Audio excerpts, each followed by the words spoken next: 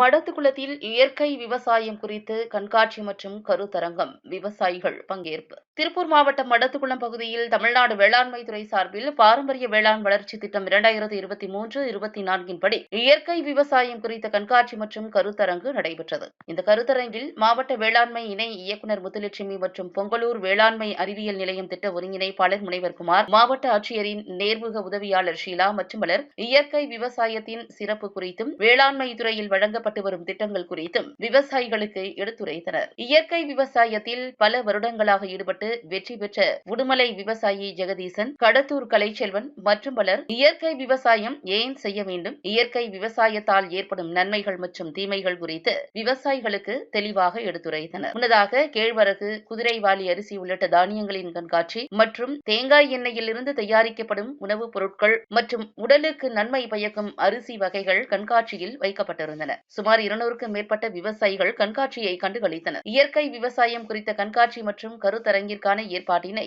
மடத்துக்குளம் வேளாண்மை உதவி இயக்குநர் தேவி மற்றும் உதவி வேளாண் அலுவலர்கள் செய்திருந்தனர்.